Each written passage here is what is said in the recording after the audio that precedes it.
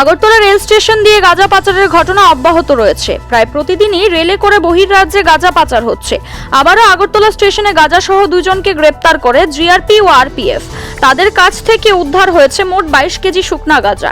গাঁজাগুলি রেলে করে অন্য রাজ্যে নিয়ে যাবার সময় ধরা পড়ে তারা।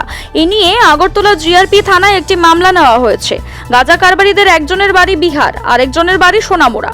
উল্লেখ্য, কিছুদিন পরপরই আগরতলা রেল স্টেশনে গাঁজা সহ পাচারকারী ধরা পড়লেও মূল নেশা কারবারিদের আটক করতে পারছেন না পুলিশ। অ্যাকচুয়ালি আজকে সকালবেলায় আমাদের কাছে একটা গোপন খবর ছিল যে দুজন লোক তারা সম্ভবত নার্কোটিক্স কোনো কিছু নিয়ে যেতে পারে। আগরতলা শিলচর এক্সপ্রেস আমাদের একটা আজকে ছিল। তো সেই সুবাদে আমরা জিআরপিএফ, আমাদের যা গোয়েন্দা দপ্তর আছে, আমরা সব মিলিয়ে একটা অ্যাম্বুসের মতো বসি। Entrance gate plus parcel gate, আমাদের লোডিং আনলোডিং হয় এখানে সব জায়গাতেই।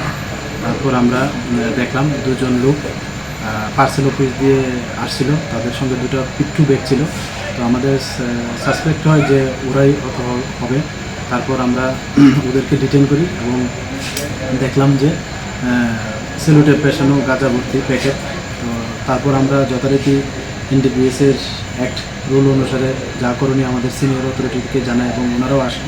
তারপর তাদের চেক করে দেখা গেল যে হ্যাঁ, এগুলি শুকনো গাঁজা এবং আমাদের যে এখানে পার্সেল অফিস আছে ওখানে ওজন করে দেখা গেল টোটাল 22 কেজি গাঁজা, 23 প্যাকেট।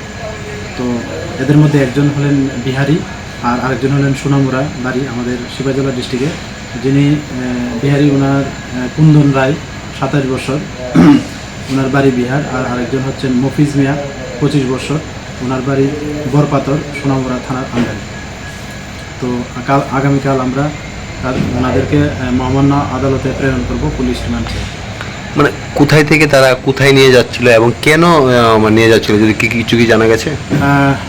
যদিও তাদের জিজ্ঞাসাবাদ চলছে, তো আমরা এখন পর্যন্ত যতটুকু জানতে চাচ্ছি তারাও অনেক তথ্য গোপন করে রাখার চেষ্টা করছে। তো আমরা দেখছি, তো এখন পর্যন্ত যা বোঝা যাচ্ছে তারা ওইগুলি বহিরাজ্যে নিয়ে যেতে চেয়েছিল। ওই আগরতলা যে শিলচর প্যাসেঞ্জার বাস ট্রেন ছিল ওটা দিয়ে তারা যেতে চেয়েছিল এবং ওইখানেই তারা হয়তো কাউকে আবার ওইগুলো ডিস্ট্রিবিউট করবে। Siri TV, channel for news and entertainment.